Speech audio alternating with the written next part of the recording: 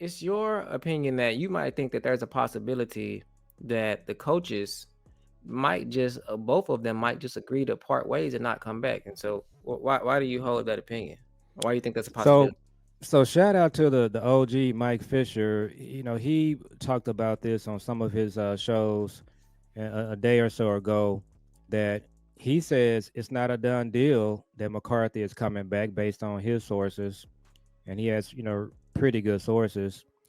He believes that the Cowboys and McCarthy have not talked about a contract extension at all. So when somebody like Mike Fisher says that, I kind of get a few red flags going up. I still believe that it's going to come down to a negotiation. It's not going to be Jerry just coming to him saying, "Hey, we want you back, and here's what we're going to do." McCarthy, there's two sides to that coin. McCarthy is going to come back and say, if I'm going to stay, here's what I want. He's probably going to want a longer contract in terms of years. He's going to want more money. He's got a new agent, and so there's just no guarantee that Jerry's going to offer that. And then, as Mike Fisher said, there's a possibility that McCarthy has just had enough. He just wants to, move on. And the Saints job probably is going to be open. The Chicago job is going to be open, and the way Ben Johnson is talking, some of these teams may just not jump at the chance to sign him, especially when you look at what he wants coming in the door. So, we got to keep the possibility open that McCarthy may just say, as Jerry Jones says, no El Paso. He might just tell Jerry he's done. He's done what he could do here. He's ready to move on. So that's a possibility. Yeah, and I think that it is more. I think that it's more likely that that might happen. Because I just a lot of fans are under the assumption that Mike McCarthy saved his job with these last few games and 4 games, and how he's had to has he's really done good with a backup quarterback and such a hurt team throughout the year. He's really pulled it out. Well, my response to that is teams get hurt in the NFL all the time. I mean, players get hurt. It's a part of the NFL. It doesn't really make any. It doesn't to me. It doesn't really make you special. The fact that you have hurt players and that you're able to, I really can't point and say that that is McCarthy's, um, you know, I don't want to say fault, but that is McCarthy's doing. Now, I will say that I do like how the players, they do like McCarthy and they did want to play for McCarthy. They did not quit on the scheme or on McCarthy. They had some grudges, but it looked like he got worked out. But McCarthy's deal was what you're supposed to do is you're supposed to come in this franchise as the head coach. You're supposed to get us over the hump of playoff wins. I mean, even from even from the top, that was the deal. When you ask Jerry and Steven, why did they hire Mike McCarthy? They say they will tell you that they hired him because they thought that he was the coach that could get us, further in the playoffs, Hmm. and that didn't happen. And so with that not happening, and then with them deciding to not use free agency this year and them deciding not to really commit to Mike McCarthy going past this year and really not commit on anyone on the coaching staff, have them all on single year deals, bring back cheap free agents like Zeke on 1 year deals and things like that. I don't believe that they're satisfied. I believe that this was it. This was the last year, and they signed Dak. That lets you know that Dak and McCarthy are not tied together. Um, they believe that they can go forward with Dak with another quarterback, I mean with another coach, in my mind. So I think that it's not a guarantee that he comes back, and I think that honestly at this point, I don't know if I believe fully that he is coming back. I think that there's a very high possibility that he won't be coming back, but you know, also I'm kind of nervous about who they're going to use to replace him. They might be thinking about Zim, and so you said you had something about Zim too, right? Yeah. So Zim, he did a little press briefing a couple of days ago, and they asked him about next year, and he sounded like, he said this year was very difficult. Obviously he's older. He wasn't able to come in and put his defense together that he wanted to have. He really just came in and saved the day. He also probably is not happy with some of the criticism he received early in the season from fans and the media. But so he didn't sound like he was totally committed to coming back. And we've mentioned before, his family, his daughters. I don't know if he has a son, but I know he's got grandkids. They live here. They've never left the Metroplex. So he's back with his family here now. It would not shock me if he just says, you know what, I'm not gonna do this again, and I'm just gonna, go ahead and move on and retire and spend the rest of his time with his family here. I know he's got a lot of investments. I know there's some talk about him having race horses and stuff like that. So, Zim, he's put his time in. He's been a head coach. He doesn't need the money. And people forget too, he's got a ring. Both of these coaches, McCarthy has a ring. Zim has one. Zim, he coached Deion Sanders and Darren Woodson, one Hall of Famer, and Darren Woodson. Hopefully, is about to go in. So Zim has nothing to prove. So I think in both cases, what would make them come back is if Jerry just commits to them. Jerry gives McCarthy an extension with a nice raise. McCarthy will probably be interested.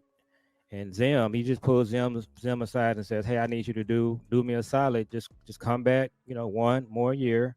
I'm gonna get you some more players, and we'll make it easier for you." So that may change Zim's mind. So a lot of it is just negotiation. But at this point, the bottom line is we don't know if each one of these coaches are coming back or if they want to come back. Yeah, and I agree with what you're saying 100% because it makes sense. I mean, if you think about it, in negotiation. Okay, so in a negotiation, you have to have two willing participants. Okay, Hmm. you have to have two willing participants. You have to have two people that says this is they want to come. That goal is to come back and get a contract done. So, if coming from Mike McCarthy's standpoint and Zim's standpoint, I can do it backwards. And so, with Zim's standpoint, Zim will be coming to Steven and Jerry and Will and saying, "Okay, yeah, if I come back, this is what I need. I need to be able to finish installing my defense. I need to be able to do it my way. And we need these type of players at these positions. This is who I want to bring back, and this is who I want. That's what will be, you know, that's what it will be like going forward for Zim. And then for McCarthy, we know what it is. If I come back, I want a 3 year, 4 year deal. I want to be one of the middle paid Mid range. mid range salary wise, and I want to use free agency, and I want to have an input on the draft because we see that he likes that. He does that. He's had an input on every draft so far, and Hmm. you know sometimes it worked. Majority of the time it didn't, but he and then also each year that we were here, I don't know what you can say about this or how you can lead or how you can I don't know what this means, but each year that he was here, we seen a drastic change in the offense during the season. It was just like, especially these last 2 years. These last 2 years, it's just like when they first started off for the first 5 or 6 games, the offense was lethargic, it was lost. They went on their bye. After they went on their bye, they came back and they were high flying and just moving the ball, and it was just crazy. Like this year, they wasn't running the ball like they should have been. They was doing this uh, musical chairs with the running back, and then after the bye, it was just like, okay, boom, we're gonna use Rico like we should. Zeke is not gonna see the field, and so, and then the whole deal with him and Zeke, how McCarthy was just like, okay, well, y'all want to play Zeke, y'all want to tell me that Zeke is gonna be here, I'm gonna play Zeke, and I'm gonna show you what you get. So those type of deals, it's just like going to be negotiation points for Yeah. McCarthy. He's gonna be like, there is no Zeke, we're not doing that. So Well, so, and part of the negotiation too, if you're the Cowboys, I don't know about Steven, but if you're Jerry, part of his negotiation, he's going to be asking during that conversation. The last 2 years, fam, what were you doing the first part of these seasons? Both seasons, you put us behind the eight ball with the way you were calling plays and running the offense. So part of the negotiation might be we're going to give you a deal, but we want a different play caller. So and that might McCarthy be, might just say, you know what, well, yeah, I'm a sayonara. exactly. So, and we just don't know. He might come back and say, you know what? I'm fine with that. If that's what you want to do, I'm gonna take the contract extension and the pay. And because originally Brian Browder said when he first got here, there was a lot of discussion about the Cowboys making him have Kellen Moore and calling the plays. Brian Browder, shout out to Browder. Browder has always said that he really felt that McCarthy didn't really want to do the play calling his first year. That's something that he's talked about. So there's a little bit of wiggle room that McCarthy might be okay with another play caller, but we have to just wait and see how it's going to play out. And I'm really interested. I really want to know. I know it's no way that I'll probably ever know, but in a perfect world, I really want to know. Has Dak been having any influence on this? Has Dak been the reason both seasons? Because we kind of know 80%, 85%. We know that last year after the San Francisco game, CD and Mike Fisher said that, and Mike Fisher said that CD and Dak, had a talk with McCarthy and that things got a little heated. But McCarthy came out that next week and said that he was going to give the reins to the boys. He said we're going to just try it and see. He said that Dak and CD they had some Mm. opinions and they had some things that they wanted to try out. And he said McCarthy said that well, I told them, okay, well, I hadn't wanted to do it, but I told them, okay, we'll go ahead and we'll do it and we'll see how it works. And, and then they took it from there. And then that was like Yeah. a flip, a switch flip. And then all of a sudden, when that get injured, and the next week, he back at the facility and he's up in the, we don't know what he doing up there. They show him 5 or 6 games. I don't know Yeah. why he not on the sideline, but he up there. And they showing Dak doing this thing. And then you know, every time they show Dak is on the headphones and or he writing something. I want to know if he was having any influence on the plays that McCarthy was calling, It, and if he was, that says a lot. well, I mean, I'm sure he has some input. I think what he's doing up in the press box, he's probably just trying to stay mentally active, engaged in, the team with his teammates. So, Yeah, you got to again, be. in negotiation, my comment, if I'm Jerry, I would just say to McCarthy, if Dak was giving you input, why didn't you have all of that set up to start the season? Why are we still the last 2 years we're coming in the door? Our offense is kind of all over the place. It's not set even, in the games that Dak played. If Dak was having that much input, he would have been giving it like in Cleveland and right after that. So, you know, But I mean, you could clearly tell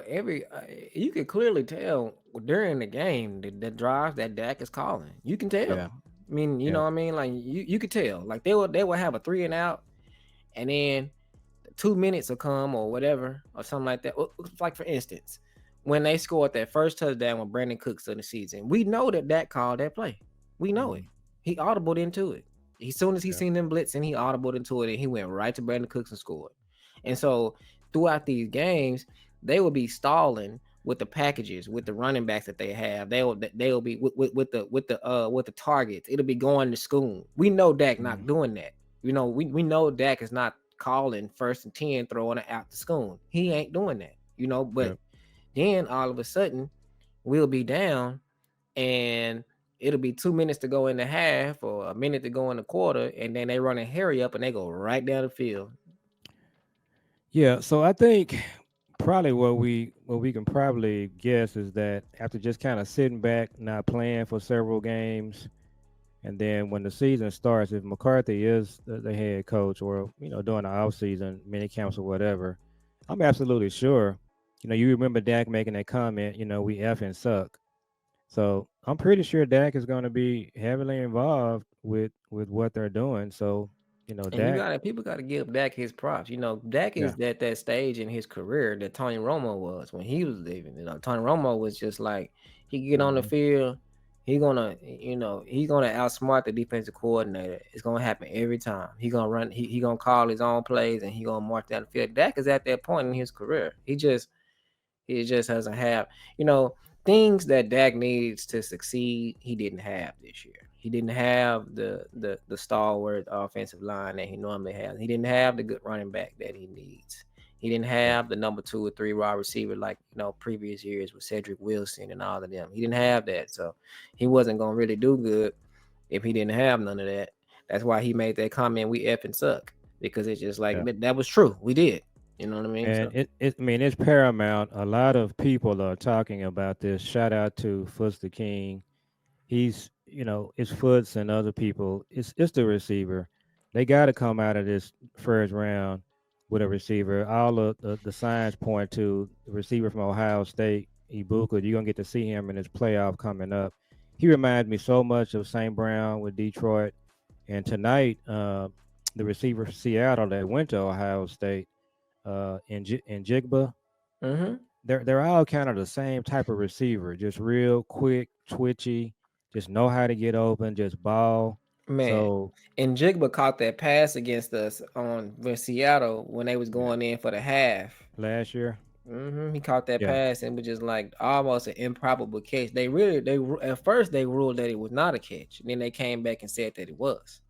And shout out to DMV. It is DMV, right? Yeah, Uh, it no, it's is. CFT. Oh, CFT. Cowboys fan talk. Yeah, So CFT. CFT did a short, just saying the same thing. That's my It's guy. it's it's, it's the receiver. In Buka. So that's what Dak needs. I think a lot of this will just really come together for Dak offensively and for We McCarthy. They just need to upgrade the receiver position, we need and weapons. We need yeah, you need weapons. weapons. You need the running back. So that's kind of what we're looking at. So a lot of this will just actually work better when you get better skill players. That's just the We bottom need line. Bucky Irvin. We need somebody like Bucky Irvin. Bucky Irvin can play receiver. He could play an X receiver.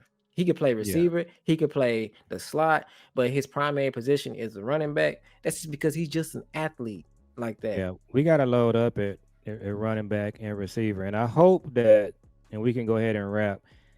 I just hope that this franchise understands watching these next two games and in this offseason, Brooks, Flournoy, Mingo, and who am I leaving out? October. On a good team, they are fourth, fifth, and sixth receivers. They're not twos and threes. You That's have to just scrap them. We have to yeah. scrap them. They So cannot. yeah. We have to scrap them. And Mingo has to show me that he's better than Tolbert. Tolbert has done a good job as a fourth receiver. So Brooks, Mingo has to show me that he's better than Flanor. well, yeah, they're all battling. It's the scene from the Batman movie where the Joker breaks the pool stick. That's what needs to happen with those four receivers. But understand they're not competing for your second and third receiver. No, That's and I also told I chatted with Foots today on Twitter that what would really be cool is you draft Mbuka and then you bring back Brandon Cooks. Brandon Cooks is a just a perfect third receiver. That's his natural position. So if your receiving core is CD, Ibuka, or another receiver you draft, Cooks is your third receiver, and then Tolbert or Mingo is your fourth. Then you cooking. you That could. that can win with that, and a couple of running backs because we're gonna do another show on it. We mentioned it before. Rico might go get his money. He's talking about getting 1,000 yards. He would already be at 1,000 yards if they hadn't benched him for a couple of games. Well, here's the thing about that. I thought about this. Steven and Jerry, they live and die by this. We pay our guys stuff. So we finna see if they pay their guys because the Yeah. person that they need to pay is Rico. And in some situations, they're not going to get an opportunity to pay their guys. Rico and They need to pay Odigis. Jordan Lewis, and they better do it. Yeah, but see, some of these players, we're going to talk about this on another show. Jordan Lewis, Odigizua, Rico. Some of these guys, the Cowboys are not going to even have a chance to sign them because these guys are going to sign the first week of free agency. You're going to be shocked with some of the offers that people like Jordan Lewis or Diggy are going to get. The Cowboys are simply just not going to be able to match it. Well, they could, but they're just not going to want to. The Yeah. another one is Turpin. They need to get Turpin signed, but Turpin is 28 years old, maybe 29 at this point. It's time for him to get generational money, and that may just not be with Steven. So you Yeah. ready to go ahead and wrap? Yeah, but he better get that. Um, he need to get that because he Yeah, is really him and Brandon Aubrey are like yeah. They cheat the top. They the codes. top at their position. Yeah, they cheat codes. They gonna both be Pro Bowlers. They cheat codes. And they deserve to get their money. People don't understand that this Turpin, he averaging like 30 or 40 yards on kickoff and punt return. That's for the Cowboys, that's Yeah, unheard of. yeah, We don't have that.